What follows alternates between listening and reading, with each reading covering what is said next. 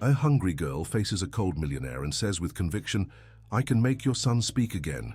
In return, she asks for neither money nor shelter, only food scraps. In front of everyone, in just 5 minutes, she accomplishes the impossible. She hears the boy utter his first word in 4 years. This moment changes everything, not only the child's life, but the destiny of an entire family. Alexander Barrett stared at the Boston skyline from his penthouse office, 60 floors above the chaos of ordinary life. The evening sun cast long shadows across the sleek surfaces of his technology empire's headquarters. He checked his watch, a rare Patek Philippe that cost more than most people's homes, and sighed. 6:30. Another day lost to meetings, acquisitions, and the relentless pursuit of more. Always more. "Mr. Barrett, your son's therapist called again." His assistant's voice crackled through the intercom. "Dr. Levinson says Ethan refused to participate in today's session." Alexander closed his eyes briefly. "Schedule another specialist, someone from Europe this time. Switzerland, perhaps." "Sir, that would be the 4th therapist this month. I don't care what it costs, just find someone who can help him." He disconnected the call before his assistant could respond. 4 years of specialists, experts, and cutting-edge therapeutic approaches. 4 years of silence from a child who once couldn't stop talking. 4 years since Jennifer's car slid off an icy road, leaving him a single father to a son who withdrew into impenetrable silence the day they lowered his mother's casket. The Barrett mansion in Brookline awaited his return, all 20,000 square feet of it, filled with priceless art, smart home technology, and emptiness. The autonomous vehicle hummed softly as it navigated Boston's evening traffic. Alexander barely noticed the journey anymore. His mind was already racing through tomorrow's meetings, next quarter's projections, the upcoming product launch that would further cement Barrett Technologies as the leader in artificial intelligence solutions. "Welcome home, Mr. Barrett," the house's AI system greeted as he entered. "Temperature is set to your preference. Ethan is in his room with Mrs. Hoffman. Dinner will be ready in 20 minutes. "Where's my son's appetite tracker?" Alexander asked, removing his coat. Ethan consumed 72% of his recommended caloric intake today, an improvement of 4% from yesterday. Alexander nodded absently. He had implemented the tracking system last year when he noticed Ethan was losing weight. It was easier to monitor nutritional metrics than to sit through another silent dinner, watching his son push food around his plate. He climbed the curved staircase to the 2nd floor, past walls adorned with contemporary art. He had acquired more for investment than appreciation. The soft glow of recessed lighting illuminated his path to Ethan's wing of the house. Mrs. Hoffman, a stern New England nanny with impeccable credentials, sat in a chair outside Ethan's bedroom, knitting. She stood when she saw Alexander. "Mr. Barrett, Ethan had a difficult session with Dr. Levinson today." "So I heard." Alexander loosened his tie. "Any change?" "None, sir. He hasn't spoken, drawn, or engaged with any of the interactive learning modules." Alexander nodded, dismissing her with a wave. "You can go home now. I'll see to him." He entered Ethan's room quietly. The space was a child's paradise, or should have been. A custom-built treehouse dominated one corner, complete with a slide that curved down to a pit filled with foam blocks. Interactive wall panels displayed changing scenes from nature. Shelves lined with books and educational toys stretched along one wall. A small desk held a child-friendly tablet, loaded with the most advanced learning software money could buy. In the middle of this carefully curated wonderland sat a small boy with sandy hair and vacant blue eyes, Jennifer's eyes. He was cross-legged on his bed, staring at the wall-sized aquarium that housed exotic fish from around the world. "Hey, buddy." Alexander's voice softened, as it always did around Ethan. He sat on the edge of the bed, maintaining the careful distance that had become their norm. "I heard you had a tough day." Ethan's eyes flickered toward his father momentarily, then back to the fish. No smile, no frown, nothing. "The new AI prototype we're developing can translate animal sounds," Alexander continued, falling into his habit of filling the silence with work talk. "Maybe we could program it to tell us what the fish are thinking. Would you like that?" No response, not even a blink of acknowledgement. Alexander sighed, running a hand through his precisely cut dark hair. "Mrs. Garcia made your favorite chicken tenders with sweet potato fries. How about we eat in the kitchen tonight instead of the dining room?" He waited, hoping for a nod, a shrug, any sign that Ethan had heard him. After 30 seconds of silence, Alexander stood. "I'll have them bring your dinner up here then. So I've got some work to finish anyway." He retreated to his home office, where screens displayed global markets, company data, and security feeds from around the property. He pulled up Ethan's file, over 2,000 pages of medical evaluations, psychological assessments, and treatment plans. Every expert agreed. Ethan's selective mutism was a psychological response to trauma. Physically, he was capable of speech. The last brain scan showed normal activity. The problem wasn't medical, it was emotional. Alexander closed the file and poured himself 2 fingers of scotch. He stared at the amber liquid, remembering how Jennifer used to tease him about his serious businessman drink. She had preferred fruity cocktails with ridiculous names and tiny umbrellas. He finished the scotch in one burning swallow. His phone buzzed with a calendar notification. Mandatory appearance, Barrett Foundation annual funding announcement, Boston Children's Initiative. He grimaced. The foundation had been Jennifer's passion project, providing resources for underprivileged children across Massachusetts. After her passing, he had maintained the financial commitments but delegated all active involvement to the board of directors. Now the board insisted he make an appearance for tomorrow's major funding announcement. "Optics," they said. "The press needs to see your face, not just your checkbook." Alexander glanced at the security feed showing Ethan's room. The boy had moved from his bed to sit by the aquarium, one small hand pressed against the glass as a lionfish swam by. Something squeezed in Alexander's chest, a sensation he had become adept at ignoring. The next morning brought a flurry of activities. Alexander reviewed quarterly reports over breakfast, while his personal assistant briefed him on the day's schedule. The Barrett Foundation event was at 2 p.m. He would speak for 10 minutes, shake some hands, pose for photographs, then return to the office for a conference call with investors in Tokyo. "Sir," his assistant said hesitantly, "the board suggested that perhaps Ethan might accompany you to the event today." Alexander lowered his coffee cup. "Absolutely not. Ethan doesn't do public appearances. They thought it might help with the human interest angle.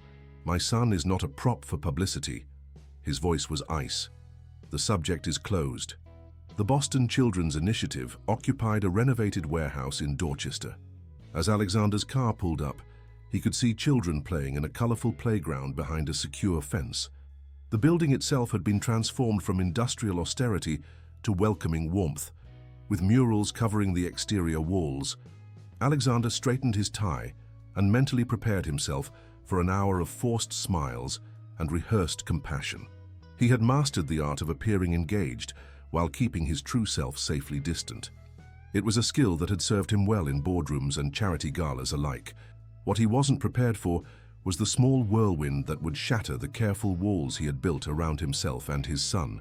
A whirlwind in the form of a skinny girl with tangled hair and eyes too old for her young face. A girl who would change everything. The Barrett Foundation's annual funding announcement had been orchestrated with military precision. A stage draped in the foundation's colors stood at one end of the community center's main hall. Rows of chairs faced it, filled with board members, beneficiaries, and local press. Large screens displayed a slideshow of smiling children engaged in foundation-sponsored activities. Alexander stepped onto the stage as his name was announced, acknowledging the applause with a practiced nod. He delivered his speech flawlessly, highlighting the increased funding for educational programs, the new technology center opening next month, and the scholarship initiative for promising students from low-income families. While Barrett Technologies looks to the future of artificial intelligence, he concluded, the Barrett Foundation remains committed to investing in our most important resource, human intelligence. Thank you. More applause. Camera flashes. The board chairman approached with a ceremonial check, and Alexander posed for the obligatory photographs. Then came the part he dreaded most, the mingling. Children from the center's programs had prepared presentations to show their gratitude, and Alexander was expected to move from station to station, expressing interest and approval. He was speaking with a teenager about her coding project when a commotion erupted near the refreshment table. Alexander glanced over to see security personnel converging on something or someone. "Sir, please continue with the program," his personal security advisor murmured. We're handling a small situation. But Alexander found his attention drawn to the disturbance. A small figure darted between the legs of adults, evading the security team with surprising agility. A child, he realized. A girl in a faded blue dress and no shoes, her dark hair wild around her thin face. The girl spotted him watching her and changed direction, heading straight for him. 2 security guards moved to intercept her, but she slipped past them with the practiced ease of someone accustomed to avoiding unwanted hands. Before anyone could stop her, she stood directly in front of Alexander Barrett, the man whose net worth exceeded the GDP of several small nations. She looked up at him with unnerving directness, her brown eyes clear and determined in her dirty face. "I can make your son talk again," she declared, her voice carrying in the sudden silence that had fallen over the nearby crowd. Alexander stared at her, momentarily speechless. How did this child know about Ethan? He had been meticulously careful about keeping his son's condition private. "In exchange," the girl continued, "you give me food. Any leftovers, scraps, whatever you don't want. Deal?" The security team finally caught up, 2 men in dark suits approaching with apologetic expressions. "Sorry, Mr. Barrett." She snuck in through the kitchen entrance. "We'll remove her immediately." The girl didn't flinch or try to run. She maintained eye contact with Alexander, waiting for his response as if the security team didn't exist. "Wait," Alexander said, raising a hand to halt the guards. He knelt down to the girl's level, studying her face. She was painfully thin, with sharp cheekbones and hollow temples. Despite her obvious hunger, there was no desperation in her expression, only calm certainty. "What's your name?" "Lily," she answered. "Lily Mason. And how do you know about my son, Lily?" She shrugged one bony shoulder. "Everybody knows about the silent boy in the big house. The rich man's kid who won't talk 'cause his mom went to heaven." Alexander flinched inwardly at the blunt description, but kept his expression neutral. "And you believe you can help him?" "I don't believe." "I know." There was no arrogance in her tone, just simple conviction. "I helped Tommy Wilson start talking again after the fire, and he was quiet for almost a year." "Tommy Wilson?" The name meant nothing to Alexander. A woman stepped forward from the crowd, one of the center's staff members. "Tommy was in our program last year, Mr. Barrett. He experienced trauma after losing his home in a fire. He didn't speak for months, but then..." She looked at Lily with a mixture of affection and exasperation. "Lily isn't officially in our program, but she comes around sometimes." The children seemed drawn to her. Alexander studied the girl more carefully. There was something in her steady gaze that unsettled him, a wisdom that had no place in a child so young. "How old are you, Lily?" "9, she answered. "Almost 10 in December." "And where are your parents?" Something flickered across her face, the first crack in her composed demeanor. "Mom's gone. Dad's not around." The staff member leaned closer to Alexander. "Lily's been in the system, but she's difficult to place. She tends to find her way back to the streets." "I'm not difficult," Lily protested. "Foster homes are just boring, and the other kids need families more than I do." She refocused on Alexander. "So, do we have a deal or not? I help your boy, you feed me." Alexander felt dozens of eyes on him. The press would have a field day with this. Tech billionaire confronted by homeless child at charity event. His PR team was probably having collective heart failure, yet he found himself genuinely intrigued by this strange, solemn girl. After 4 years of specialists and therapies, what did he have to lose? "Ms. Reynolds," he addressed his assistant, who hovered nearby. "Call the house. Have Mrs. Hoffman prepare Ethan for a visitor." The assistant's eyes widened. "Sir? Are you sure that's—" "Yes," he cut her off. Then to Lily, "You'll come to my home and meet my son. If you can help him as you claim, you'll have more than scraps. You'll have proper meals for as long as you need them." For the first time, Lily smiled, a transformation so striking that Alexander heard several people around them catch their breath. Her entire face lit up, revealing dimples in her hollow cheeks and a chipped front tooth that somehow only added to her charm. "Deal!" She thrust out a small, grimy hand. After a moment's hesitation, Alexander shook it. Her fingers were calloused and cool against his palm. The staff member stepped forward again. "Mr. Barrett, while I appreciate your generosity, there are protocols for this sort of thing. Lily is technically a ward of the state, even if she's currently, between placements." "I understand," Alexander said, straightening. Contact whatever authorities necessary. Tell them Barrett Technologies is sponsoring a specialized therapeutic intervention for my son, with appropriate compensation for the consultant. He glanced at Lily, who was now eyeing the refreshment table with undisguised longing. In the meantime, perhaps our young consultant would like some refreshments while we wrap up here. Within 30 minutes, Alexander had navigated the bureaucratic complexities with the efficiency that had built his empire. Temporary guardianship papers were being processed. The center's director had provided what limited information they had on Lily's background, and his legal team was handling the rest. The drive to the Barrett mansion was silent. Alexander sat across from Lily in the spacious car, watching as she methodically consumed the plate of food his assistant had assembled from the event. She ate with careful precision, taking small bites and chewing thoroughly, as if savoring every morsel. "You never asked how I knew about your son," Alexander observed. Lily shrugged, swallowing a bite of sandwich. "Rich people are always in the news, and kids talk. The boy who won't speak is more interesting than boring stuff adults care about." "And you really believe you can help him?" She set down her napkin, meeting his gaze directly. "Some kids just need someone who understands, not doctors or grown-ups with clipboards asking stupid questions.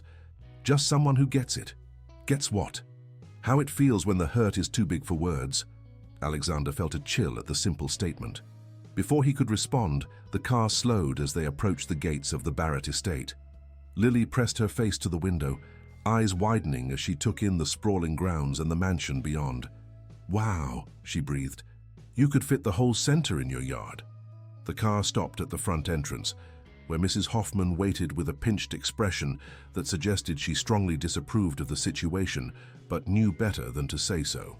"Mrs. Hoffman, this is Lily," Alexander said as they exited the car. "She's going to meet Ethan." "Sir, Ethan is in the middle of his routine. Dr. Levinson specifically said that consistency is crucial for—" "Where is he right now?" Alexander interrupted. Mrs. Hoffman's lips thinned further. "In the solarium with his tablet. It's reading time." "Perfect. We'll join him there." Alexander gestured for Lily to follow him into the house. She padded alongside him, her bare feet silent on the marble floors. Alexander noticed for the first time that she carried something, a small worn cloth doll tucked under one arm. The toy was hand-sewn from mismatched scraps of fabric, with button eyes and yarn hair. It looked incongruously shabby in the opulent surroundings. The solarium was a glass-enclosed space filled with tropical plants and comfortable seating. Ethan sat in his usual spot, a window seat overlooking the gardens. His tablet was open to an interactive storybook, but he wasn't engaging with it. Instead, he stared out at the fountain that had been Jennifer's pride and joy. "Ethan," Alexander said softly, "I brought someone to meet you." The boy's eyes flickered toward them briefly, then back to the window. No other reaction. Lily didn't wait for further introduction. She walked directly to the window seat and climbed up, sitting cross-legged opposite Ethan. She placed her doll between them. "Hi," she said simply. "I'm Lily. This is Mr. Buttons." She nodded toward the doll. "He doesn't talk either." Alexander watched from the solarium doorway, tense and expectant. Mrs. Hoffman stood beside him, her skepticism radiating like heat. Ethan studied the strange girl sitting across from him. His expression remained unchanged, but his eyes, those eyes so like Jennifer's, stayed on Lily, rather than drifting away as they typically did with visitors. "Mr. Buttons used to talk all the time," Lily continued conversationally, as if she and Ethan were already in the middle of a discussion. "He told the best stories. But then one day, something really scary happened, and he got so scared that his words got stuck inside." She adjusted the doll's position, smoothing its ragged clothing with gentle fingers. "I told him it was okay if he never wanted to talk again. That's his choice. But I also told him that the world has a lot of good things that might make him happy, and sometimes sharing happy things with your voice makes them even better." Ethan's gaze shifted to the doll, then back to Lily's face. "Would you like to hold him?" Lily offered, extending the doll toward Ethan. "He likes gentle hands. His stuffing gets scared when people are rough." Slowly, Ethan reached out and took the doll. He held it carefully, examining the mismatched buttons that formed its eyes and the uneven stitching of its mouth. "I made him myself," Lily said proudly, "from things I found. His eyes don't match because people are like that too. Not perfect, but special anyway. To Alexander's astonishment, Ethan's fingers traced the doll's sewn smile, then moved to touch his own lips, as if making a connection. "Mr. Buttons has a secret," Lily whispered, leaning closer to Ethan. "I want to know what it is." Ethan looked at her with the first spark of genuine interest Alexander had seen in years. He can hear things that adults can't. Special things, but only if you whisper them right into his ear. Lily demonstrated, putting her mouth near the doll's head and making a soft shushing sound, like that. "Want to try?" Ethan hesitated, then slowly brought the doll closer to his face. He cupped his hand around its ear and exhaled softly. "He heard that," Lily said solemnly. "He says thank you for being his friend." And then it happened, so quickly that Alexander almost missed it. Ethan's lips parted and a single word emerged, rusty from disuse but unmistakable. "Hi!" The solarium froze in shocked silence. Mrs. Hoffman gasped. Alexander gripped the doorframe to steady himself, certain he had imagined it, but Lily showed no surprise. She simply nodded as if this was exactly what she had expected. "Hi back," she replied. "Mr. Buttons says you have a nice house. Do you have any other toys besides your tablet?" Ethan slid off the window seat, still clutching the doll. He looked at Lily expectantly. "Oh, you want to show me? Cool." He nodded, an actual deliberate nod, and waited for her to join him. "Ethan?" Alexander's voice cracked as he called his son's name. The boy glanced at his father, then returned his attention to Lily. He didn't speak again, but he reached for her hand, tugging gently to indicate she should follow him. "We're going to go see his toys," Lily announced, hopping down from the window seat. "Mr. Buttons wants to meet them." Alexander watched, dumbfounded, as his silent son led the strange girl from the solarium, their small figures disappearing down the hallway toward the playroom. That's the first word he's spoken since the funeral," Mrs. Hoffman whispered, her earlier disapproval replaced by disbelief. "One word in 4 years. How did she—" Alexander shook his head, unable to articulate the emotions surging through him. Relief, hope, confusion, and, most surprisingly, a stab of something like jealousy. This girl, this complete stranger, had accomplished in 5 minutes what teams of world-renowned specialists had failed to do in years. "Sir?" Mrs. Hoffman prompted when he remained silent. "Should I follow them?" "No," Alexander decided after a moment. "Let them be, but stay close enough to observe." Alexander retreated to his office, needing space to process what had just happened. He sank into his leather chair and pulled up the security feed from the playroom. There they were, Ethan showing Lily his collection of model airplanes, carefully removing each one from its display case. The boy's movements were more animated than Alexander had seen in years.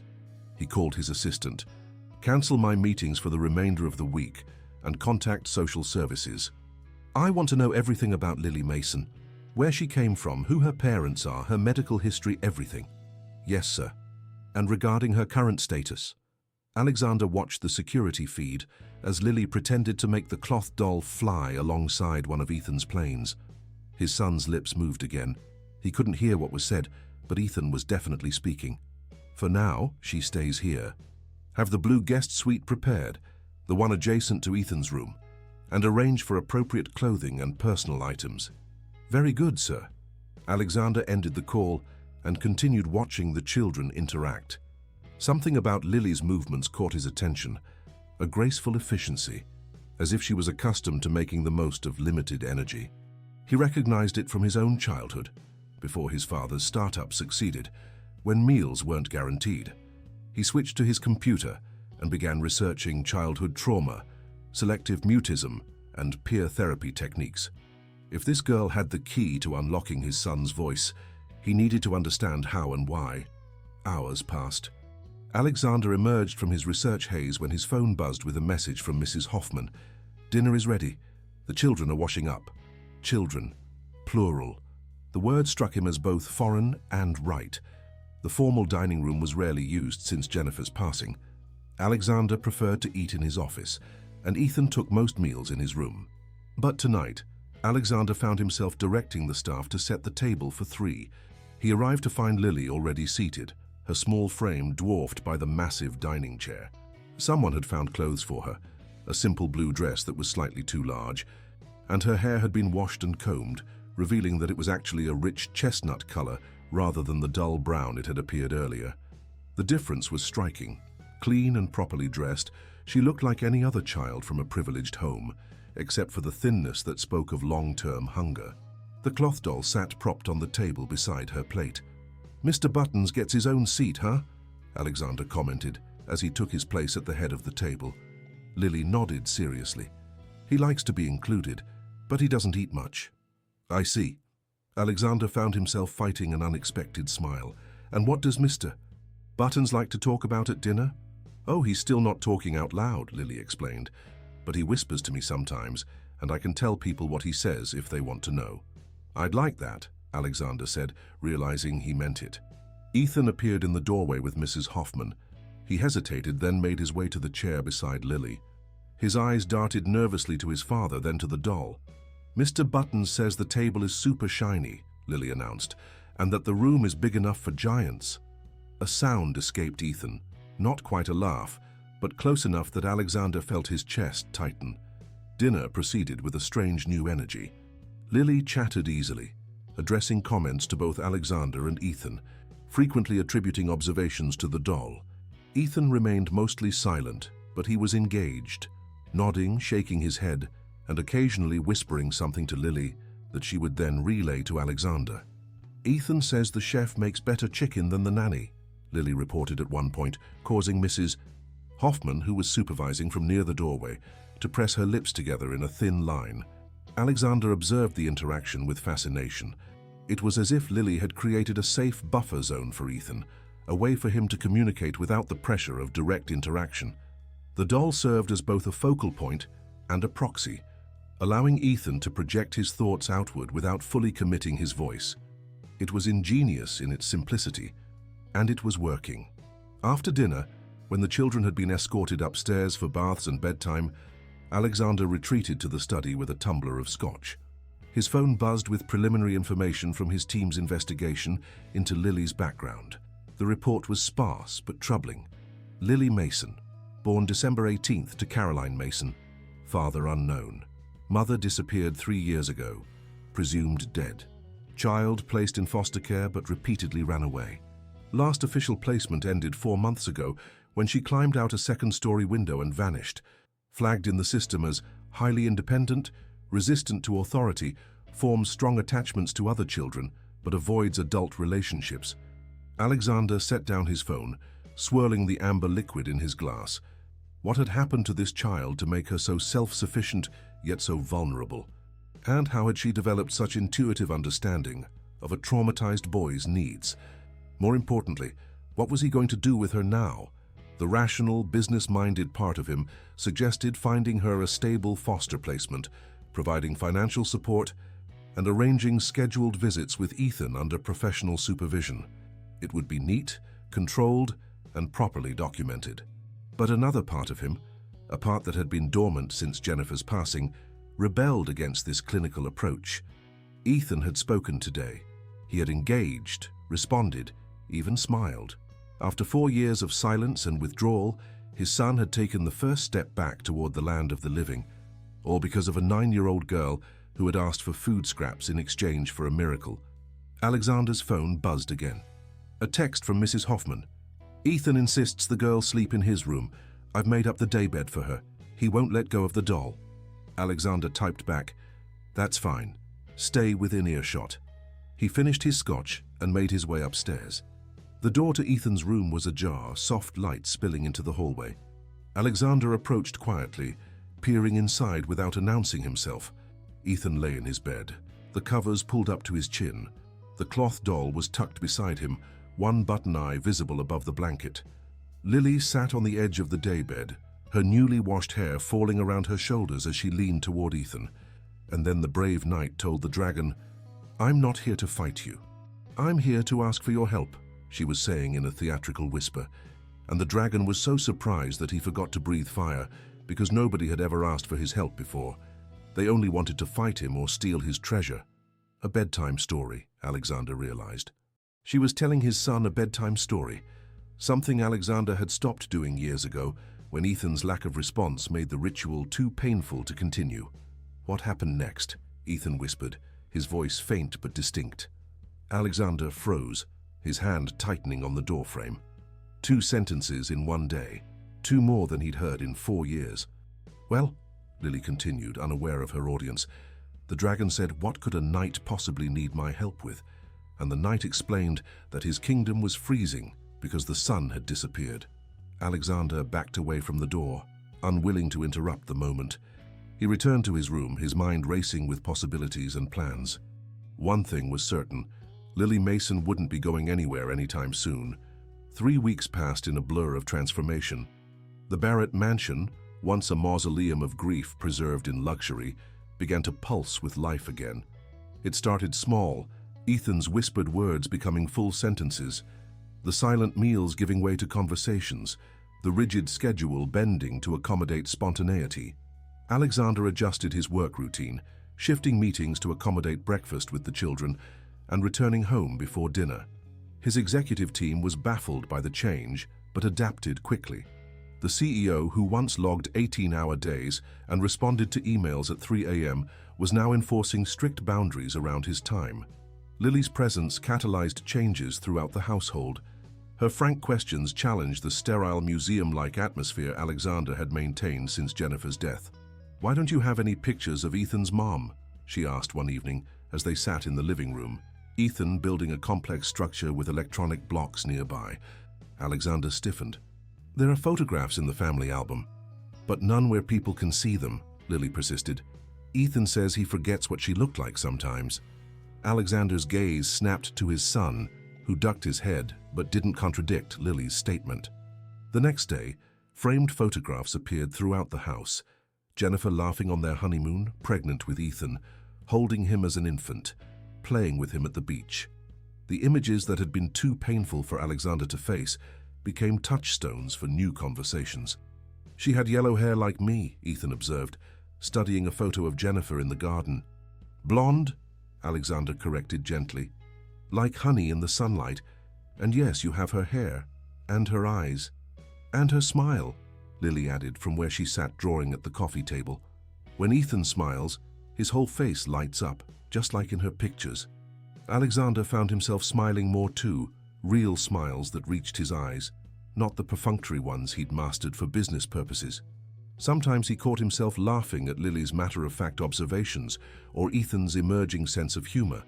Lily herself was thriving under regular meals and security. Her hollow cheeks filled out, and the dark circles beneath her eyes faded. She approached every luxury in the Barrett home with wide-eyed appreciation, but never grasping entitlement. Her delight in simple pleasures, hot water that never ran out, a refrigerator always full of food, soft blankets, made Alexander acutely aware of how much he had taken for granted. Mrs. Hoffman's initial skepticism had given way to grudging approval as she witnessed Ethan's progress. The boy who had refused to engage with world-class therapists now chatted animatedly with Lily, participated in lessons, and even began joining other children for supervised playdates arranged by Alexander's staff. The temporary guardianship arrangement had been extended while Alexander's legal team worked to establish a more permanent solution. Social services, initially concerned about placing a vulnerable child in a single man's home, had been mollified by the drastic improvement in Lily's physical health and emotional well-being. Regular inspections found nothing to criticize in the care she received. Only one shadow loomed over the emerging happiness in the Barrett household: the mystery of Lily's past. Despite extensive resources and connections, Alexander's investigators had hit multiple dead ends. Caroline Mason had vanished without a trace. No father was listed on Lily's birth certificate. The child herself offered little information, changing the subject whenever her life before the Barrett mansion came up. On a crisp autumn morning, Alexander found himself with a rare day free of meetings. He had promised to take the children to the New England Aquarium, a trip Ethan had requested, after developing a fascination with marine biology through one of his learning modules. As they wandered through the dim blue corridors, watching exotic fish glide through massive tanks, Alexander noticed Lily hanging back. While Ethan pressed his face against the glass of the penguin exhibit, she stood apart, her expression troubled. "Everything okay?" Alexander asked, moving to stand beside her. Lily nodded unconvincingly. Just thinking. About what? She shrugged, a gesture he had come to recognize as her way of deflecting questions she didn't want to answer. You know, Alexander said carefully, you've helped Ethan talk about things that hurt him. Maybe talking about what's bothering you would help too. Lily picked at a loose thread on Mr. Button's arm. The doll went everywhere with her, though Ethan no longer needed it as a communication prop. My mum took me to an aquarium once, she finally said, her voice so low Alexander had to lean down to hear her. Before she went away, there was this big blue fish with yellow spots. She said it was like me, small but bright enough to be seen in the dark. Alexander felt a pang of sympathy. You miss her. It wasn't a question, but Lily nodded anyway. She didn't want to leave. She said she'd come back for me when she fixed things, but she never did. What things needed fixing? Lily's eyes darkened. The bad man. He hurt her. She was trying to get away from him. Alexander's protective instincts flared. Your father. Not my real dad, just some guy who moved in with us. He hit her a lot. Then one day she dropped me at my neighbor's house and said she had to hide for a while. She never came back. Lily's voice remained factual, devoid of self-pity. The police looked, but they didn't find her. They said sometimes people who are running from bad things just disappear. Alexander fought to keep his expression neutral, despite the anger building inside him.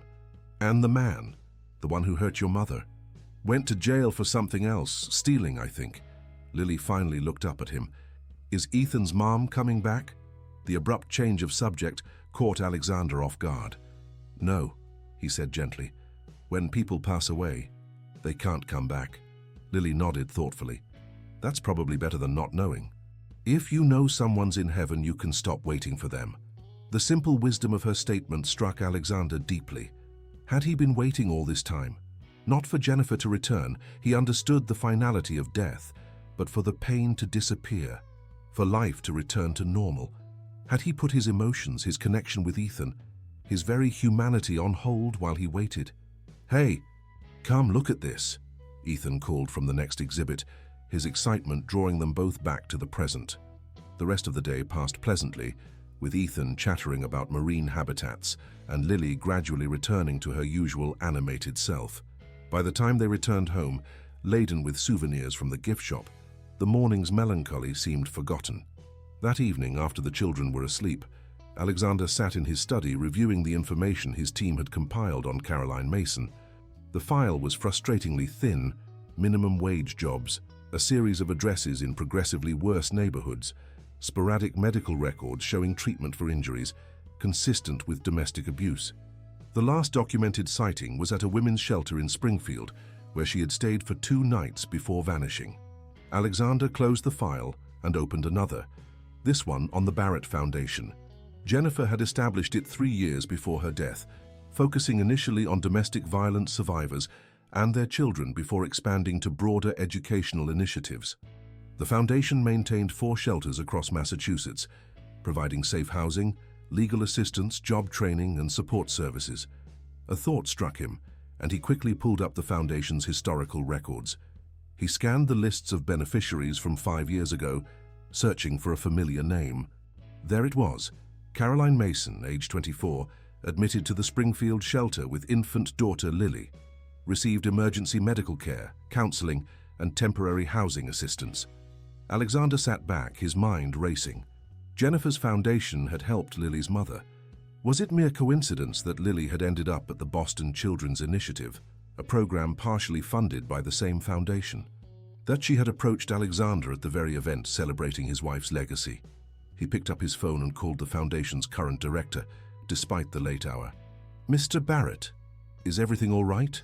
The woman sounded understandably concerned by the unexpected call. I need information on a former beneficiary, Alexander said without preamble. Caroline Mason assisted at the Springfield shelter approximately 9 years ago. Sir, our records are confidential. This is important. I believe there may be a connection between this woman and my wife. A pause. Give me a moment to access the secure archives. Alexander waited, tension building in his shoulders. After several minutes, the director returned to the line. I found the file, she said. Caroline Mason was indeed at our Springfield location with her infant daughter. The intake officer noted that Mrs. Barrett herself conducted the initial interview. Alexander's heart skipped. Jennifer interviewed her personally? Yes. It was early in the Foundation's history when Mrs. Barrett was still handling individual cases. The notes indicate she took a special interest in this one because... Oh, because what? Because the baby was born on the same day as your son, Mr. Barrett, December 18th. Mrs. Barrett apparently commented on the coincidence. Alexander closed his eyes, a wave of emotion washing over him. Jennifer had met Lily as a newborn, had held her perhaps, had connected with her through that shared birthday with Ethan. "Is there anything else?" he asked, his voice rough. "Any follow-up records?" Caroline Mason received assistance for approximately 6 months. She completed job training and was placed in an entry-level position at Barrett Technologies' customer service division in Worcester. Alexander straightened in his chair. "She worked for my company for almost a year, according to these records. Then she relocated. The file notes that Mrs. Barrett authorized a special grant to help with moving expenses. There's a personal note here from Mrs. Barrett. Caroline and Lily deserve a fresh start away from negative influences. Caroline has demonstrated exceptional resilience and commitment to creating a better life for her daughter." The connection was undeniable now. Jennifer had taken a personal interest in Lily and her mother, had helped them, supported them, believed in them. And now, years later, Lily had appeared in Alexander's life at the moment when he and Ethan needed her most. "Thank you," he said to the director. "This information is extremely valuable." After ending the call, Alexander sat motionless, processing the implications. Was it possible that Jennifer had somehow orchestrated this from beyond the grave? That seemed fanciful, irrational. Yet the timing, the circumstances, the instant connection between Lily and Ethan, it all felt like more than mere coincidence. For the first time since Jennifer's death, Alexander felt something shift in his understanding of loss. Not a religious epiphany or supernatural belief, but a sense that connections between people could transcend expected boundaries. That Jennifer's compassion had created ripples that continued to affect lives years later, including his own. He walked upstairs to check on the children before retiring for the night. Ethan slept peacefully in his bed, one arm thrown above his head, in a gesture reminiscent of how he had slept as a toddler.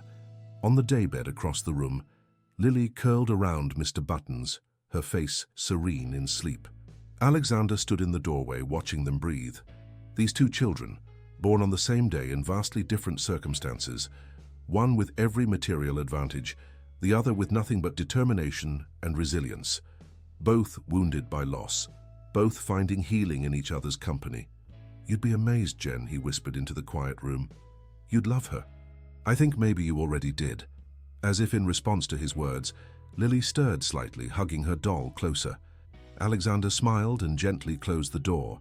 In his own room, he found himself opening the bedside drawer where he kept Jennifer's wedding ring.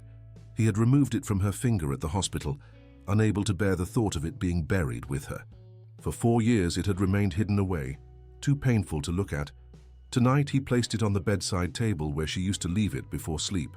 Not as a shrine to grief, but as the acknowledgement of enduring connection.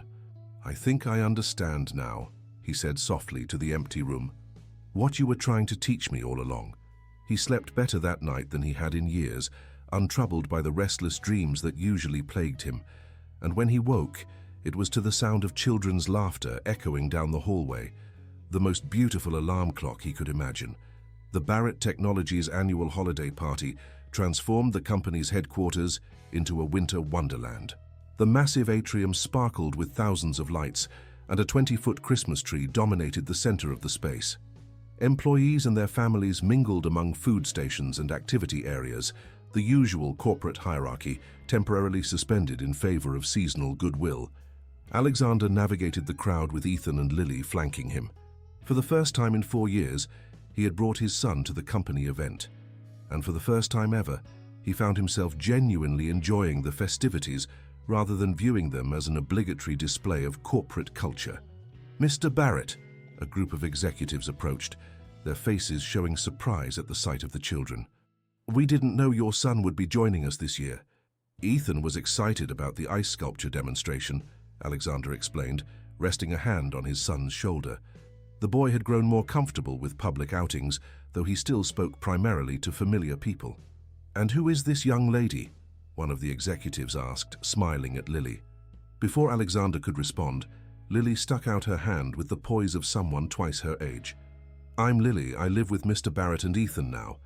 I helped Ethan remember how to talk." The executives exchanged glances, clearly uncertain how to respond to this frank introduction. "Lily has been staying with us while we sort out a permanent arrangement," Alexander clarified. "She's been a tremendous positive influence on Ethan." This was the simplified version he had been giving to acquaintances and colleagues. The full story, the miraculous connection between the children, the link to Jennifer's foundation, the growing sense that Lily belonged with them permanently, was too personal to share in casual conversation. "How wonderful," one of the women said warmly. "It's so nice to see you all together. Can we go see the chocolate fountain now?" Ethan asked, tugging at Alexander's sleeve. "Of course." Alexander nodded politely to his colleagues. "If you'll excuse us." As they made their way across the atrium, Alexander noticed how many employees stopped to stare. He couldn't blame them. For years, he had been the solitary, driven CEO who spoke only of quarterly projections and market expansion. Now he moved through the crowd with 2 children, stopping to admire crafts and sample holiday treats, laughing at Lily's excitement when she discovered the Build-Your-Own Sundae station. "Your tie is crooked," Lily informed him after returning from her ice cream expedition. She reached up to straighten it, her small fingers surprisingly deft. "There.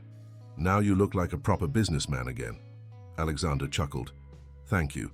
Very professional assessment. Ethan says you used to wear ties even on weekends. That's silly." "I suppose it was," Alexander admitted, realizing how many of his old habits seemed absurd through the lens of Lily's practical wisdom. The evening progressed pleasantly until Alexander's security chief approached, his expression tight. "Sir, there's a situation that requires your attention." "In private." Alexander frowned. "Can it wait? We're about to watch the children's choir." "I'm afraid not, sir." The security chief glanced meaningfully at the children, then back to Alexander. "It concerns Miss Mason." A chill ran through Alexander. "Mrs. Hoffman," he called to the nanny who hovered nearby, "would you take the children to get some hot chocolate? I need to step away briefly." Ethan looked disappointed but complied. Lily, however, studied Alexander's face with unsettling perception. "Is something wrong?" she asked. "Just a work matter," Alexander assured her. "I won't be long." He followed the security chief to a private conference room off the main atrium. Inside, his legal counsel waited alongside the head of human resources. "What's happened?" Alexander demanded as soon as the door closed. The security chief placed a tablet on the table. "This man has been asking questions about Lily at the reception desk. When denied entry, he became aggressive, claiming he's her father and has a right to see her." Alexander stared at the security footage on the tablet. A man in his early 40s, with a lean, hard face and restless movements, argued with the front desk staff. Even without audio, the confrontation appeared hostile. "We've detained him in the security office," the chief continued. "He has identification showing him as Robert Harlow. Says he's been looking for his daughter for years and saw her picture with you in a news article about the foundation event." Alexander's jaw tightened. There had indeed been photos published, Lily smiling beside him as he announced increased funding for children's programs. He had been so focused on Ethan's progress and the growing bond between the 3 of them that he hadn't considered the possibility of someone from Lily's past reappearing. "What do we know about him?" Alexander asked. His legal counsel consulted her notes. "Preliminary background check shows multiple arrests: assault, petty theft, drug possession. 2 domestic violence charges that were later dropped when the complainant failed to appear in court." "Caroline Mason," Alexander said grimly. "Lily's mother." "That's what he claims," the security chief confirmed. "Says they were in a relationship, he's the biological father. And the mother took the child and disappeared before he could establish paternity." Alexander's mind raced. Lily had mentioned a bad man who hurt her mother, a man who went to jail. The timeline matched what little they knew about Caroline's disappearance. "What does he want?" Alexander asked, though he already knew the answer. "He's making vague statements about his rights as a father," the legal counsel said. "But he also mentioned that it must be nice for the kid to live with a billionaire, and wondered aloud what that was worth to you." "Extortion, then." The man had seen an opportunity to exploit Lily's placement in a wealthy home. "He has no legal claim," Alexander stated flatly. "His name isn't on the birth certificate. There's no established paternity." "True," his counsel agreed, "but he could petition for DNA testing and temporary visitation while the court determines parentage. Given your temporary guardianship status and the recency of Lily's placement with you, a judge might be sympathetic to at least hearing his claim." Alexander felt a surge of protective rage. The thought of this violent man anywhere near Lily was intolerable. The idea of disrupting the fragile happiness they had built over the past months was unthinkable. "I want him gone," Alexander said, his voice cold. "Offer him enough money to disappear permanently. Have him sign a legally binding agreement renouncing any claim to Lily in exchange." His legal counsel shifted uncomfortably. "Mr. Barrett, while I understand your concern, buying off a potential parent could be construed as, I don't care how it looks. I care about protecting that child from a man who abused her mother and has probably never shown an ounce of interest in her welfare until he saw dollar signs." Alexander leaned forward. "Make it happen. And until it's resolved, Lily doesn't leave my sight." The security chief nodded. "I've already doubled the detail around you and the children. No one will get near them without authorization." Alexander returned to the atrium, maintaining a calm facade despite the turmoil inside him. He found Mrs. Hoffman with Ethan at the hot chocolate station, but Lily was nowhere in sight. "Where is she?" he demanded, scanning the crowd. "She went to the restroom," Mrs. Hoffman replied. "Lauren from HR escorted her. They should be back any—" "Daddy!" Ethan called, pointing across the room. "Lily's talking to that man." Alexander's heart stopped. Through a gap in the crowd, he could see Lily standing near one of the emergency exits. Beside her, gripping her arm, was the man from the security footage, Robert Harlow. Lauren lay on the floor nearby, apparently unconscious. Alexander sprinted across the atrium, shoving through clusters of startled employees. His security team converged from different directions, but Harlow was already pulling Lily toward the exit. "Let her go," Alexander shouted. Harlow jerked around, his face twisting into a sneer. "Back off, this is my kid." Lily stood rigid in his grip, her face pale but composed.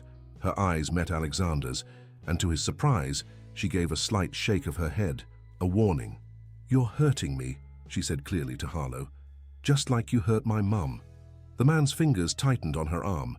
"Shut up, you little—" "Caroline told me all about you," Lily continued, her voice carrying in the suddenly silent atrium. "About how you hit her, how you stole her money, how you threatened to hurt me if she ever tried to leave." Harlow's face contorted. "Your mother was a lying—" "She wasn't lying," Lily interrupted. "I remember you. I was little, but I remember. Mom had a bruise here," she touched her cheek, "for my birthday. You said she fell, but she didn't fall. You hit her because she bought me a cupcake instead of getting your beer." Alexander watched in astonishment as this small girl stared down the man who had terrorized her mother. Her voice never wavered, though tears shone in her eyes. "You're not my dad. My dad was the man in the picture Mum kept in her special box. She said he was kind and smart, and that he had to go away before I was born. She said I have his eyes." Security personnel had surrounded them now, but no one moved, transfixed by the confrontation. "You're just the bad man who made Mom run away," Lily finished, "and I'm not going anywhere with you." Harlow's face flushed with rage. He raised his hand as if to strike her.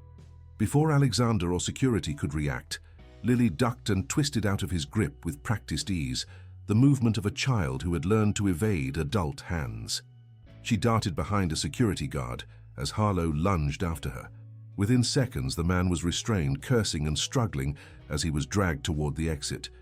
Medical staff converged on Lauren, who was regaining consciousness, and Lily stood in the center of it all, small and straight-backed, clutching Mr. Buttons to her chest.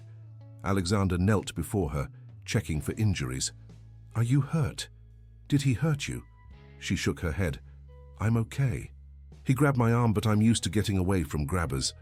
The matter-of-fact statement broke something in Alexander. He pulled her gently into his arms, feeling her thin body trembling despite her brave words. "You're safe now," he whispered. "I won't let anyone take you away, I promise." Ethan pushed through the crowd to join them, his face streaked with tears. "Lily, I was scared." She pulled back from Alexander to give Ethan a reassuring smile. It's okay, the bad man is gone now. Alexander gathered both children close, acutely aware of how quickly everything he cared about could have been snatched away. The holiday party continued around them, but in a subdued fashion, the festive mood dampened by the disturbance. Later that night, after the children were asleep under the watchful eye of security personnel stationed throughout the house, Alexander met with his legal team in the study. Harlow is in custody, his chief counsel reported. The assault on the HR representative gives us grounds to keep him detained while we sort this out. But he's already talking about lawyers and paternity rights. What are our options? Alexander asked. We could offer a settlement, as you suggested. Given his history, he might be tempted by enough money to walk away. And if he refuses, then we prepare for a legal battle. His criminal record works against him, but if he establishes biological paternity, he could potentially gain some form of visitation rights. Alexander shook his head. Not acceptable. I want full legal custody. Permanent adoption. That would require terminating his parental rights, which courts are reluctant to do without overwhelming evidence of unfitness. Then find the evidence. Alexander's voice was steel. The man abused Caroline Mason for years. There must be records, witnesses, something we can use to prove he's unfit. We'll need Lily's testimony as well, the counsel cautioned. She'll have to speak about her memories of him in court. Are you prepared to put her through that? Alexander recalled Lily's unwavering voice as she confronted her mother's abuser. She's stronger than any of us realize. But yes, we'll work with child psychologists to make the process as gentle as possible. The meeting continued late into the night. Strategies formed and discarded, contingencies planned. When his team finally departed, Alexander remained in his study, staring at the family photograph on his desk. Himself, Jennifer, and infant Ethan, smiling in the summer sunshine. I could use your guidance now, Jen, he murmured. You always knew the right thing to do. His phone buzzed with a text from the security team. All clear. Children sleeping peacefully. Perimeter secure. Alexander exhaled slowly, some of the tension leaving his shoulders. For tonight at least, his improvised family was safe. Tomorrow would bring legal challenges and difficult conversations, but he would face them with the same determination that had built his business empire. This was no longer about fulfilling an obligation or responding to an unexpected miracle. This was about protecting what had become most precious to him, the family he had never expected to find. The Boston family court building stood imposingly against the gray January sky. Alexander straightened his tie as he exited the car, then turned to help Lily from the back seat. She wore a simple navy dress with a white collar, her hair neatly braided. Mr. Buttons, freshly washed and sporting a tiny bow tie sewn by Mrs. Hoffman, peeked from her small handbag. Remember what we practiced with Dr. Wilson, Alexander said gently, referring to the child psychologist who had been preparing Lily for today's hearing. Just tell the truth. You don't have to talk to Mr. Harlow or even look at him if you don't want to. Lily nodded solemnly. I know. Dr. Wilson said the judge just wants to find out what's best for me. That's right. Alexander squeezed her hand. And whatever happens, you'll be okay, I promise. The past month had been a whirlwind of legal maneuvers. Robert Harlow, released on bail after the incident at the holiday party, had filed for parental rights and custody. DNA testing had confirmed his biological relationship to Lily, a fact that had momentarily shaken Alexander's confidence, until his legal team reminded him that biology was only one factor in custody determinations. Alexander's investigators had been thorough, uncovering a pattern of violence and neglect in Harlow's history. Former girlfriends had come forward with stories of abuse. Employment records showed a man who couldn't hold a job. Criminal records detailed a life on the margins of society. Most significantly, they had located the neighbor who had last seen Caroline Mason, the woman with whom she had left Lily before disappearing. The elderly woman confirmed that Caroline had been terrified of Harlow, convinced he would kill her if she didn't escape. She had planned to send for Lily once she established herself somewhere safe. What had happened to Caroline afterward remained a mystery, but Alexander's team was still searching. He owed it to Lily to find the truth about her mother, whatever that truth might be. Inside the courthouse, Alexander's legal team awaited them, 3 of Boston's top family law attorneys, backed by the full resources of Barrett Technologies' legal department. Across the lobby, Harlow huddled with a single public defender, his unkempt appearance a stark contrast to the polished professionalism of Alexander's team. The hearing began promptly at 9. Judge Eleanor Ramirez, a stern-faced woman with silver-streaked hair, surveyed the courtroom with experienced eyes. "Let me be clear from the outset," she began. "This court's sole concern is the welfare of the minor child, Lily Mason. The financial resources of either party, while relevant to providing adequate care, do not outweigh considerations of emotional well-being, stability, and safety." Alexander appreciated the judge's directness. He had no intention of trying to buy Lily's custody, though he certainly had the resources to provide her with every advantage. Harlow's attorney presented their case first, arguing that despite his client's past mistakes, he was Lily's biological father and deserved the opportunity to raise his daughter. The lawyer emphasized Harlow's recent sobriety, all of 2 months, and his enrollment in anger management classes, court-mandated after the holiday party incident. "My client acknowledges that he has not been present in Lily's life," the attorney concluded, "but he wishes to rectify that absence and build a relationship with his daughter. He believes that Mr. Barrett, despite his wealth and influence, cannot replace the natural bond between father and child." Judge Ramirez's expression revealed nothing as she turned to Alexander's lead counsel. "How you may present your case." Alexander's attorney rose, her confidence apparent in every movement. "Your Honor, we will demonstrate that Robert Harlow's claim to parenthood is based solely on biology, not on any meaningful contribution to Lily's welfare or development. More concerning, we will show that Mr. Harlow's history of violence, particularly toward Lily's mother, renders him unfit as a parent and potentially dangerous to the child." What followed was a methodical presentation of evidence: police reports of domestic incidents at addresses where Caroline and Harlow had lived, testimony from former neighbors who had heard screaming and seen Caroline with unexplained injuries, employment records showing Harlow had been fired multiple times for aggressive behavior toward co-workers. Most damning was the testimony from Caroline's former neighbor, delivered via video conference. The elderly woman described the night Caroline had left Lily with her. She was terrified, the woman recalled, had a cut above her eye that was still bleeding. Said Robert had threatened to hurt the little girl if she tried to leave him again. She kissed Lily goodbye and promised to send for her once she was safe. "That was the last time I saw her." Harlow shifted uncomfortably in his seat as the testimony continued. His attorney attempted to object to several pieces of evidence, but was overruled by the judge, who listened attentively to each witness. When it was Harlow's turn to testify, he presented himself as a reformed man who had made mistakes but deserved a second chance with his daughter. Under cross-examination, however, his facade cracked. He became defensive, then angry, finally snapping at Alexander's attorney with enough venom that Judge Ramirez had to admonish him. "Mr. Harlow," the judge said coldly, "your display of temper in this courtroom does little to support your claim of rehabilitation." After a short recess, it was Lily's turn. Given her age, Judge Ramirez had agreed to interview her in chambers rather than subjecting her to formal testimony in open court. Alexander watched anxiously as Lily followed the judge and court-appointed guardian ad litem into the private room, Mr. Buttons clutched tightly in her hands. 30 minutes passed before they emerged. Lily's face was tear-streaked, but composed as she returned to sit beside Alexander. She reached for his hand and he gave her fingers a gentle squeeze. "You did great," he whispered. The judge returned to her bench, her expression grave. "Having interviewed the minor child and reviewed all evidence presented, I am ready to render my decision. This case presents complex issues of biological rights versus the best interests of the child. While the court generally presumes that maintaining a relationship with biological parents serves a child's interests, this presumption can be overcome by clear evidence that such a relationship would be detrimental." She turned her gaze directly to Harlow. "Mr. Harlow, the evidence of your violent behavior, particularly toward Lily's mother, is substantial and troubling.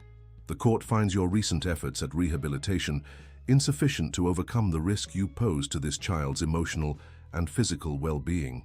Harlow started to protest, but the judge silenced him with a raised hand. "Furthermore, the minor child has expressed clear and articulate reasons for not wishing to be placed in your custody. She recalls witnessing domestic violence in your home and expresses genuine fear of you. The court takes such expressions very seriously particularly from a child who demonstrates Lily's level of maturity and insight. She shifted her attention to Alexander. "Mr. Barrett, while your financial resources certainly provide advantages, the court is more impressed by the evidence of emotional stability and genuine attachment you have fostered with this child. The documented improvement in both Lily's and your son's well-being since her placement in your home suggests a mutually beneficial relationship that serves Lily's best interests." Judge Ramirez straightened the papers before her. "Therefore, it is the ruling of this court that Robert Harlow's parental rights are hereby terminated based on abandonment, a demonstrated pattern of domestic violence, and the determination that maintaining such rights would be detrimental to the child's welfare." A small strangled sound escaped Harlow's throat. His attorney placed a restraining hand on his arm. "Further," the judge continued, "the court grants Alexander Barrett's petition for full legal adoption of Lily Mason, henceforth to be known as Lily Barrett, if she so chooses. Mr. Barrett has demonstrated his commitment to providing not only material needs, but emotional support and stability for this child." Lily's hand tightened around Alexander's, her small body trembling with emotion. "The adoption will be finalized following a standard 6-month supervisory period, during which regular home visits will be conducted by family services. This supervision is standard procedure, and not a reflection of any concerns about the placement." Judge Ramirez softened her expression slightly as she looked at Lily. "Young lady, I wish you every happiness in your new family." "Thank you, Your Honor," Lily whispered. As the judge adjourned the proceedings, Harlow surged to his feet, his face contorted with rage. "This is rigged. He bought you off. She's my kid." Court officers moved quickly to restrain him as he lunged toward the bench. Judge Ramirez remained impassive, having clearly anticipated such an outburst. "Remove Mr. Harlow from my courtroom," she ordered, "and note his behavior in the final record." Alexander shielded Lily from the scene, turning her toward the exit, where their security team waited. As they moved toward the door, Harlow's voice followed them, now directed at Alexander. "This isn't over, Barrett. You think your money can buy everything. I'll show you what happens when you take what's mine." Alexander didn't turn or acknowledge the threats. His focus remained entirely on guiding Lily safely from the courtroom, his hand steady on her shoulder, despite the fury he felt toward the man who had terrorized her mother, and now sought to disrupt her chance at stability. Outside, snow had begun to fall, dusting the courthouse steps with white. Alexander's driver held the car door open as they approached. "Is it really over?" Lily asked, pausing before entering the vehicle. "He can't take me away now." Alexander knelt in the falling snow, bringing himself to her eye level. "It's really over. The judge made sure of that. You're staying with us, with me and Ethan, for good." For the first time since the confrontation at the holiday party, Lily's careful composure cracked completely. She threw her arms around Alexander's neck, burying her face against his shoulder as sobs shook her small frame. "It's okay," he murmured, holding her close. "You're safe now. Go home." Over her head, he caught sight of Harlow being escorted from the courthouse in handcuffs, likely for his outburst in the courtroom. Their eyes met briefly across the snowy plaza. Alexander tightened his protective embrace around Lily, a wordless message passing between the two men. One had contributed DNA and nothing more. The other was prepared to give everything, his time, resources, heart, to ensure this child's well-being. In that moment, Alexander understood with perfect clarity what it meant to be a father. Not the biological act of creation, but the daily choice to protect, nurture, and love. He had been so lost after Jennifer's death that he had forgotten this truth even with Ethan. Lily's arrival had reminded him, had awakened the father in him that grief had buried. "Let's go home," he said, lifting Lily into the car. "Ethan's waiting to hear the good news." The drive back to Brookline was quiet, Lily leaning against Alexander's side, emotionally exhausted. When they arrived at the mansion, Ethan was watching from the window, having refused to attend school until he knew the outcome of the hearing. Mrs. Hoffman stood behind him, her usual stern expression softened with concern. As soon as they entered, Ethan rushed forward. "What happened? Did the judge say Lily can stay?" Alexander smiled, the tension of the day finally releasing its grip. "Yes. Lily is officially part of our family now. In 6 months, the adoption will be final." Ethan whooped with joy, grabbing Lily's hands and dancing her around in a circle. "I knew it. I told Mrs. Hoffman you wouldn't come home without Lily." For the first time in hours, Lily smiled, allowing herself to be spun by the exuberant boy. "We're going to be brother and sister for real," she said, her voice still thick with emotion but brightening. "We already were," Ethan declared with the simple certainty of childhood. "Now everyone else knows it too." Mrs. Hoffman discreetly wiped her eyes. "I've prepared a special dinner to celebrate, and there might be ice cream for dessert." "With sprinkles?" Lily asked hopefully. "Every color in the rainbow," Mrs. Hoffman confirmed, patting Lily's head with uncharacteristic tenderness before retreating to the kitchen. That evening, as the children chatted excitedly over dinner, making plans for Lily's bedroom — the guest suite would no longer do now that she was permanently part of the family — Alexander felt a sense of peace that had eluded him since Jennifer's death. The mansion, once a mausoleum of grief preserved in luxury, had transformed into a true home. The silence had been replaced by laughter, the rigid routines by spontaneous joy, the cold perfection by the beautiful mess of family life. Later, after the children were asleep, Alexander stood in the doorway of Ethan's room, watching their peaceful faces. On a whim, he made his way to the master bedroom and opened the safe hidden behind a panel in the closet. Inside, nestled in a velvet box, lay Jennifer's engagement ring, a 3-carat diamond flanked by sapphires chosen to match her eyes. Alexander removed the ring, holding it to the light. Jennifer had always said that someday it should go to Ethan for the right girl. Now, Alexander thought, perhaps it would go to Ethan for his future, and Jennifer's wedding band to Lily for hers. The legacy of love continuing, evolving, finding new expressions. He returned the ring to its box but placed it on his dresser, rather than back in the safe. No more hiding the precious reminders of love behind locked doors. No more sealing off his heart from pain, and consequently from joy. Tomorrow would bring new challenges. Harlow's threats, though likely empty, would need to be addressed through increased security measures. The media would eventually catch wind of the adoption story, requiring careful management to protect the children's privacy. The 6 months of supervisory visits would need to be navigated, but tonight, in the quiet of his home, with 2 children sleeping safely under his roof, Alexander Barrett, tech genius, billionaire CEO, and now, finally, fully present father, allowed himself to simply be grateful for the strange, winding path that had led him here. "Thank you," he whispered to the empty room, to Jennifer's memory, to whatever twist of fate had sent a barefoot girl with ancient eyes to declare she could make his son speak again. "Thank you for not letting me miss this." Outside, snow continued to fall, wrapping the Barrett mansion in a blanket of pristine white, nature's way of signaling a fresh start, a clean page on which a new story could be written. Spring burst upon Boston like a revelation, transforming the city from winter's monochrome into a canvas of vibrant color. Cherry blossoms lined Commonwealth Avenue, tulips erupted in the public garden, and the Charles River sparkled under clear blue skies. 6 months had passed since the court hearing, 6 months of growth, adjustment, and deepening bonds. Alexander stood at the podium in the airy atrium of the newly renovated Barrett Foundation headquarters, sunlight streaming through the glass ceiling above him.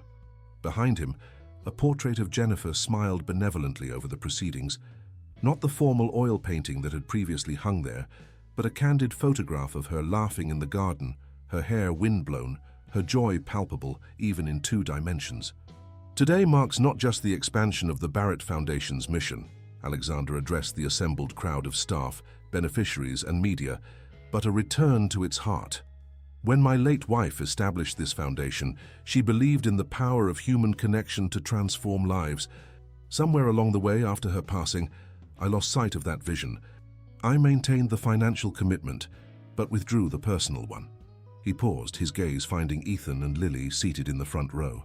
Both children wore expressions of solemn pride, dressed in their finest clothes for the occasion. Beside them sat Mrs. Hoffman, who had undergone her own transformation from rigid disciplinarian to something approaching a doting grandmother figure. "Recent events in my personal life have reminded me that true philanthropy isn't about writing checks from a distance. It's about engaging directly with the people whose lives you hope to improve. It's about recognizing that sometimes those we set out to help end up helping us far more." A murmur of approval rippled through the audience.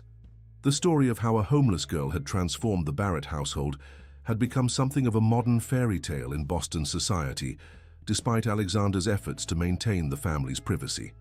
To that end, I'm announcing today that the Barrett Foundation is establishing 5 new comprehensive family centers across Massachusetts.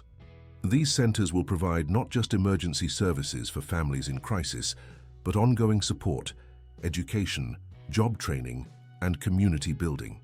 Each center will include a dedicated program for children who have experienced trauma, with particular emphasis on expressive therapies and peer support. On the screen behind him, architectural renderings appeared, bright, welcoming buildings designed with input from child development experts and trauma specialists. Spaces where healing could happen, where broken families could rebuild, where children like Lily could find safety and understanding. The foundation is committing 20% of Barrett Technologies' annual profits to this initiative, a figure that represents approximately $300 million in the first year alone. I will personally chair the oversight board, and unlike in recent years, that role will not be ceremonial. I intend to know every program, every staff member, and as many of our beneficiaries as possible. Applause broke out, led enthusiastically by the Foundation's longtime staff, who had weathered the years of Alexander's emotional absence. Many had tears in their eyes, recognizing this as a return to Jennifer's original vision. Finally, Alexander continued when the applause subsided, I'd like to announce the establishment of the Caroline Mason Memorial Scholarship for Survivors of Domestic Violence. This fund will provide full educational support for individuals rebuilding their lives after escaping abusive relationships. At the mention of her mother's name, Lily straightened in her seat, her eyes widening. Alexander had discussed this with her privately, but seeing the official announcement, her mother's name displayed prominently on the screen, brought fresh emotion to her face. Caroline Mason never had the chance to complete her own journey to safety and independence, Alexander said, his voice softening. But through this scholarship, other survivors will find the support they need to secure better futures for themselves and their children. The formal portion of the event concluded, and Alexander moved through the crowd, accepting congratulations and fielding questions from the press. Throughout it all, he maintained awareness of where the children were, a parental radar he had developed over the past months. One reporter, more perceptive than most, asked the question Alexander had been waiting for. "Mr. Barrett, many people are calling your story with Lily a modern miracle. Do you see it that way?" Alexander considered the question carefully, glancing toward where Lily was showing Ethan something in the Foundation's historical display, photographs of early beneficiaries, including, he knew, a young Caroline Mason holding infant Lily. "I think the real miracle," he answered finally, "is how easily we can change each other's lives if we're willing to truly see one another. My son spent 4 years in silence because I was too locked in my own grief to reach him. Lily spent years on the margins of society because we collectively failed to protect her mother. The miracle isn't that we found each other, it's that we recognized each other when we did." The reporter nodded thoughtfully. "And the adoption. I understand it becomes final today." "Yes," Alexander confirmed, unable to suppress a smile. "We're heading to the courthouse after this event. By dinner time, Lily will officially be Lily Barrett. And how does she feel about taking your name? Why don't you ask her yourself?" Alexander gestured to Lily, who had approached during their conversation, drawn by the mention of her name. The reporter knelt to Lily's level. "Miss Mason, soon to be Miss Barrett, how do you feel about your adoption becoming final today?" Lily considered the question with her characteristic thoughtfulness. "I'm happy to be a Barrett because it means I'll always be Ethan's sister and Alex's daughter. But I'm keeping Mason as my middle name because that was my mom's name, and I don't want to forget her." "Lily Mason Barrett," the reporter said, testing the sound of it. "That's a beautiful name. Thank you." Lily smiled, revealing the gap where she'd recently lost a tooth, an ordinary childhood milestone that had been celebrated with disproportionate joy in the Barrett household. "I think my mom would like it. Alex says people can keep loving each other even when they're apart, so I think she'd be happy I have a family again." The reporter's eyes glistened suspiciously as she thanked Lily for the interview. As she walked away, Alexander heard her murmur to her cameraman, "Try getting that on air without crying." "I dare you." The rest of the morning passed in a blur of handshakes and conversations, Alexander found himself energized rather than drained by the social interactions, another change from his post-Jennifer isolation. He genuinely wanted to know about the Foundation's work, the lives it touched, the challenges it faced. By early afternoon, they were at the courthouse standing before Judge Ramirez in a proceeding that felt more like a celebration than a legal formality. The judge smiled warmly at Lily, complimenting her spring dress and asking about school. The girl had thrived academically once given stability and support, advancing 2 grade levels in just months. Having reviewed the reports from family services and found everything in order, Judge Ramirez declared, "I am pleased to finalize the adoption of Lily Mason, henceforth legally named Lily Mason Barrett, by Alexander James Barrett. Congratulations to you both." She offered Lily a choice between a handshake and a hug. Lily chose the hug, throwing her arms around the dignified judge with the same wholehearted enthusiasm she brought to everything. "Thank you for making sure I could stay with my forever family," she whispered loud enough for Alexander to hear. Judge Ramirez blinked rapidly as she released the child. "It was entirely my pleasure, Miss Barrett." Outside the courthouse, spring sunshine bathed them in golden light as they descended the steps. Ethan, who had been waiting with Mrs. Hoffman, ran to meet them. "Is it official? Is Lily really my sister now?" "Really and truly," Alexander confirmed, ruffling his son's hair. "Forever and always." Ethan let out a whoop of joy and grabbed Lily's hands, spinning her in circles on the courthouse plaza, their laughter echoing off the stone facade. Passers-by smiled at the exuberant children, their happiness infectious. "Where to now, sir?" the driver asked as they approached the car. Alexander checked his watch. "We have 2 hours before we need to be home for the celebration dinner. I think a detour is in order." He turned to the children. "How about ice cream and the swan boats?" Their enthusiastic approval settled the matter. Soon they were strolling through the public garden, ice cream cones in hand, joining the line for Boston's iconic swan boats. These simple pleasures, walking in the sunshine, enjoying a treat, spending unstructured time together, had become the foundation of their new family life. Alexander watched as Ethan pointed out a family of real ducks to Lily, both children crouching by the pond's edge to get a better look. 4 years ago, he would have been checking emails during such an outing, his attention divided between his son and his company. Now his phone remained in his pocket, his focus entirely on this moment, these children, this unexpected gift of a second chance at family. The transformation in his priorities had surprised his executive team, though none dared question it. The CEO, who once worked 18-hour days, now left the office promptly at 5 most evenings. Board meetings were no longer scheduled during school events.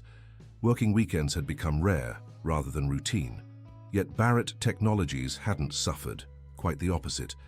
Alexander's renewed creativity and balanced perspective had led to innovative directions for the company. The AI systems they were developing now included applications specifically designed to support children with communication disorders, inspired by Ethan's journey. A new division focused on technology for social services had emerged from Alexander's deepened understanding of the challenges faced by vulnerable families. He had learned belatedly but profoundly that stepping away from work to engage with life didn't diminish his professional capabilities, it enhanced them. The businessman who had believed emotional distance was necessary for rational decision-making now understood that true wisdom required heart as well as mind. Their turn for the swan boats arrived, and they settled onto the wooden bench, Alexander between the 2 children. As the boat glided across the lagoon, Lily leaned against his arm. "Alex, can I ask you something?" "Anything," he replied, noting her use of his first name, a transitional choice she had made during the adoption process, explaining solemnly that she wasn't ready for Dad yet, but Mr. Barrett felt too formal for family. "Do you think my mom knows I'm okay now?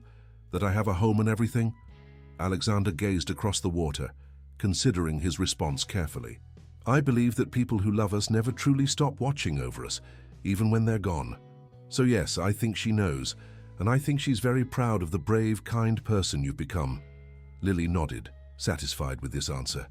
"That's what I think too, and I think your wife, Ethan's mom, is happy that you both are smiling again." "Jennifer," Alexander said gently. "You can call her Jennifer when you talk about her.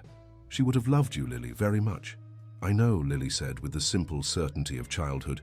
"That's why she made sure I found you guys when you needed me." The statement, delivered without drama or supernatural implications, nevertheless sent a shiver down Alexander's spine. Had Jennifer somehow orchestrated this? Had the universe conspired to bring together these wounded souls who could heal each other?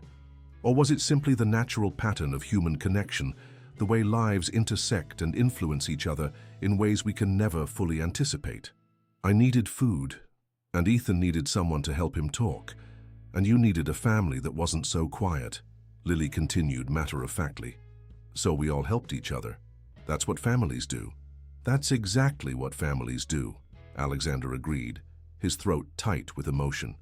The swan boat completed its circuit of the lagoon, and they disembarked, heading back toward the car. As they walked, Ethan slipped his hand into Alexander's right hand while Lily took his left. The three of them moved in easy synchrony, connected physically as they had become emotionally.